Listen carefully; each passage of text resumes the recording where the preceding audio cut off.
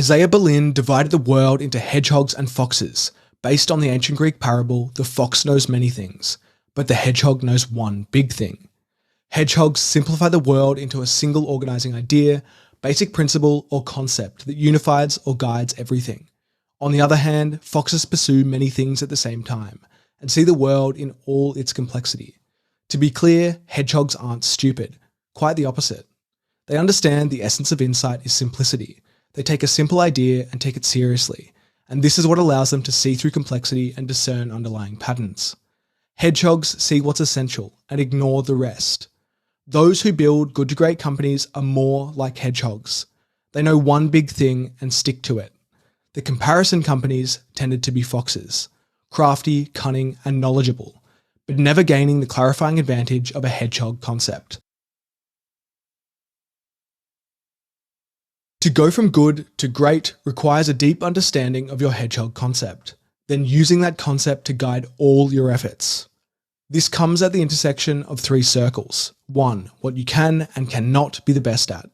This goes beyond core competence. Competence doesn't necessarily mean you can be the best in the world at it. Inversely, what you can be the best at might not even be something you're currently doing. 2. What drives your economic engine. You need insight into how to generate sustained and robust cash flow and profitability.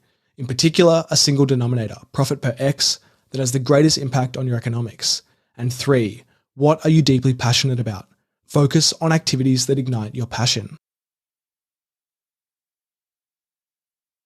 The most important thing to understand is what you can be the best at, and equally, what you cannot be the best at, not what you want to be the best at. This distinction is crucial. Your hedgehog concept isn't a goal, strategy, or intention. It's an understanding. If you cannot be the best in the world at your core business, then your core business cannot be the basis of your hedgehog concept. Best in the world is a much more severe standard of excellence than a core competence. You might be competent, but not necessarily have the capacity to truly be the best in the world. Inversely, there are many activities you could be the best in the world at, but have no current competence. Understand what you can truly be the best at, then stick to it. Doing what you're good at will only make you good. Focus solely on what you can do better than anyone else. You don't need to be in a great industry to build a fantastic economic engine. The good to great companies often produced spectacular returns in unspectacular industries. You need a deep understanding of the key drivers of your economic engine, and you need to build a system in accordance with this understanding. You need a single economic denominator. To find it, ask yourself, if I could pick one and only one ratio, profit per X, to systematically increase over time, what X would have the greatest and most sustainable impact on my economic engine? This question leads to profound insight into the inner workings of your economics. Push for a single denominator. It'll produce better insight than letting yourself off the hook with 3 or 4. It may seem odd to talk about something as fuzzy as passion as an integral part of your strategy, but passion is a key part of the hedgehog concept. It's not about saying, let's get passionate about what we do. Rather, you should only do things that you are or can get passionate about. This doesn't mean that you have to be passionate about the mechanics of the business. The passion circle can equally be focused on what the company stands for. Remember, you can't manufacture passion or motivate people to feel passionate. You can only discover what ignites your passion and the passion of those around you.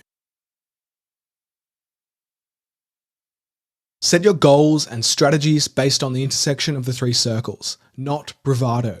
Setting goals based on bravado is most obvious in the mindless pursuit of growth.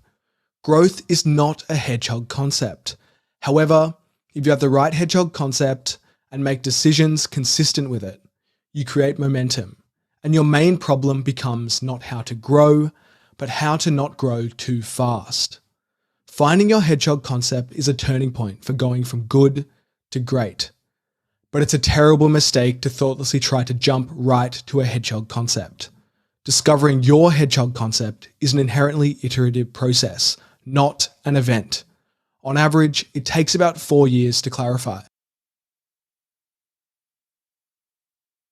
A useful device for iterating toward your hedgehog concept is the council. The council is a group of 5 to 12 people who ask questions guided by the 3 circles. Do we know what we can be the best in the world at? Do we understand the drivers of our economic engine, including our economic denominator?